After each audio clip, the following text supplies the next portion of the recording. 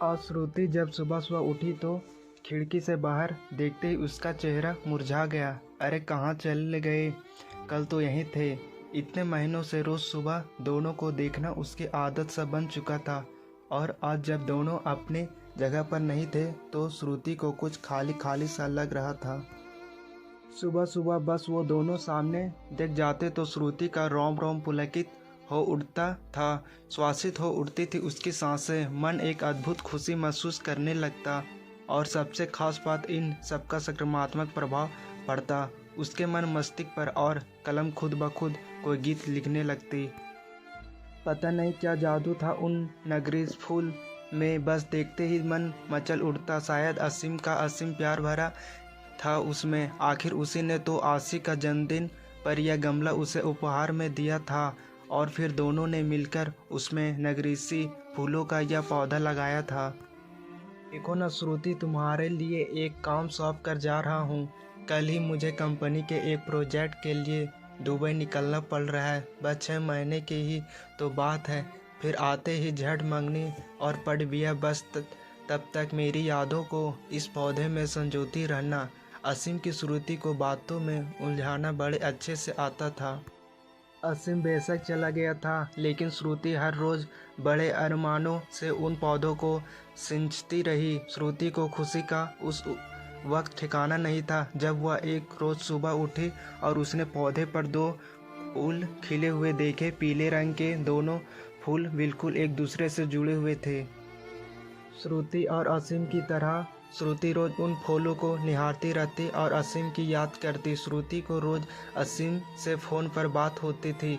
भला 2 साल से चल रहा था प्रेम, दूरियों से कैसे कम हो सकता था? इसी प्रेम की शक्ति ने तो उसे क्या से क्या बना दिया था। कभी किसी को चीटी पत्री में 2 अक्षर ना लिखने वाली श्रुति की कला आज अनवरत चलने लगी थी।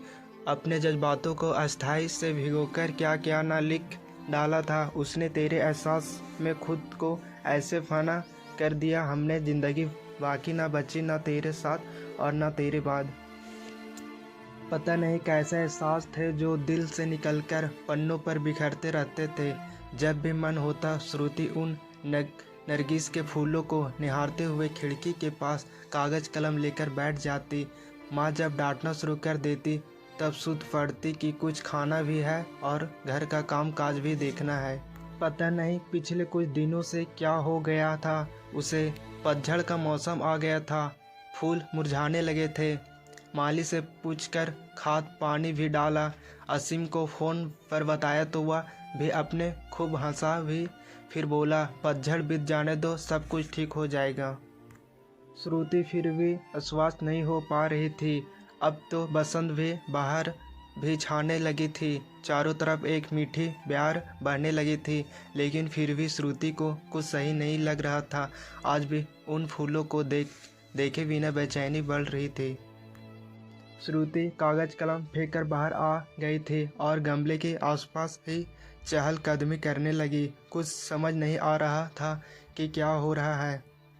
इसी सोच में उसे यह भी ध्यान नहीं रहा कि काफ़ी देर से बाहर की घंटी बज रही है।